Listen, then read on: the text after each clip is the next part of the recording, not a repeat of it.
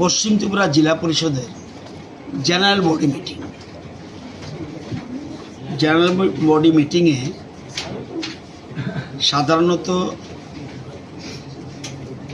জেলা পরিষদের chairman preside করে এবং জেলা পরিষদ যারা সদস্য, জেলা পরিষদ সদস্য যারা তারা পার্টিসিপেট করে এবং পঞ্চায়েত সমিতির চেয়ারম্যানদের ইনভাইট করা হয়, এমএলএদেরও ইনভাইট করা হয়।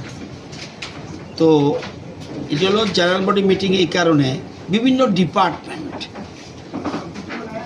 গত যে মিটিং হয়েছে এই মিটিংয়ের পরে কি ডেভেলপড হয়েছে ওই কাজগুলির রিভিউ করে তারা, যেমন আজকে agriculture, horticulture, PWD, power department, health, education, youth affairs and sports, social education, বিভিন্ন রকম ডিপার্টমেন্টের রাখা হয়েছে।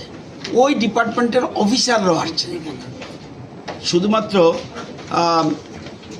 শুধু জেলা পরিষদের সদস্য বা এমএলএরা নয়, এখানে ডিপার্টমেন্টাল অফিসাররা এসছে যে ডিপার্টমেন্টের কাজ কতটুকু এগিয়েছে।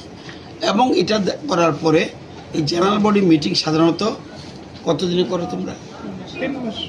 3 মাস পর পর, এবং পরপর জেনারেল বডি মিটিং হয়। প্রত্যেক মিটিংয়ে চেষ্টা করে কোনো একজন মিনিস্টার যেন থাকে তাদের কাজের সুবিধার জন্য।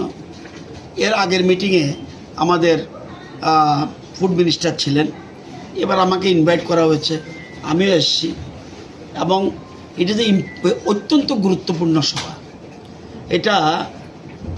এটা কিন্তু জেলা পরিষদটা আমাদের দেশে 3 ধরনের সরকার আছে। একটা হলো কেন্দ্রীয় সরকার, একটা হলো রাজ্য সরকার, আর একটা হলো গ্রাম সরকার। এই গ্রাম সরকারের মন্ত্রিসভা, এটা গ্রাম সরকারের মন্ত্রিসভা। সেই মন্ত্রিসভা আজকে এখানে তারা জেনারেল বডি মিটিং করেছে এবং এটা গুরুত্বপূর্ণ। আমরা কিন্তু ডাইরেক্ট কাজ করি না, মন্ত্রীরা কাজ করে।